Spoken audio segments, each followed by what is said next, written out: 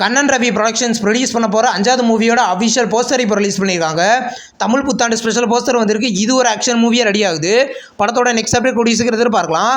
மரகத நாணயம் 2 படத்துலேருந்து இன்னைக்கு தமிழ் புத்தாண்டு ஸ்பெஷல் போஸ்டர் வந்திருக்கு. இது ஒரு ஹாரர் காமெடி மூவி. இந்த படத்தோட ஷூட்டிங் போய்கிட்டு இருக்கு. படம் பார்த்தீங்கன்னா கூடிய சீக்கிரம் தியேட்டர்களில் ரிலீஸ் ஆக போகுது. அமரம் படத்துலேருந்து தமிழ் புத்தாண்டு ஸ்பெஷல் போஸ்டர் இப்போ ரிலீஸ் பண்ணியிருக்காங்க. ஆடியோ ரைட்ஸை பார்த்தீங்கன்னா மேங்கோ மியூசிக் வாங்கியிருக்கிறத இன்றைக்கி அஃபிஷியலாக கன்ஃபார்ம் பண்ணியிருக்காங்க. படம் கூடிய சீக்கிரம் தியேட்டர்களில் ரிலீஸ் ஆக போகுது. நெக்ஸ்ட் ரிலீஸ் ஆகிறதுக்கு ஒரு தமிழ் தான் குற்றம் 2 கடிதல். இது ஒரு ரூரல் ஆக்ஷன் மூவி. தமிழ் புத்தாண்டு ஸ்பெஷல் போஸ்டர் இன்றைக்கி வந்திருக்கு. இந்த படம் பார்த்தீங்கன்னா கூடிய சீக்கிரம் கிராண்டாக தியேட்டர்களில் ரிலீஸ் ஆகுது. 100 சாமி படத்துலேருந்து அஃபிஷியல் தமிழ் புத்தாண்டு ஸ்பெஷல் போஸ்டர் இப்போ ரிலீஸ் பண்ணியிருக்காங்க. இந்த படத்தில் விஜய் ஆண்டனி லீடாக நடிக்கிறாரு. இது ஒரு எமோஷனல் ட்ராமா மூவி. படம் இந்த மேலே ரிலீஸ் ஆக போகுது.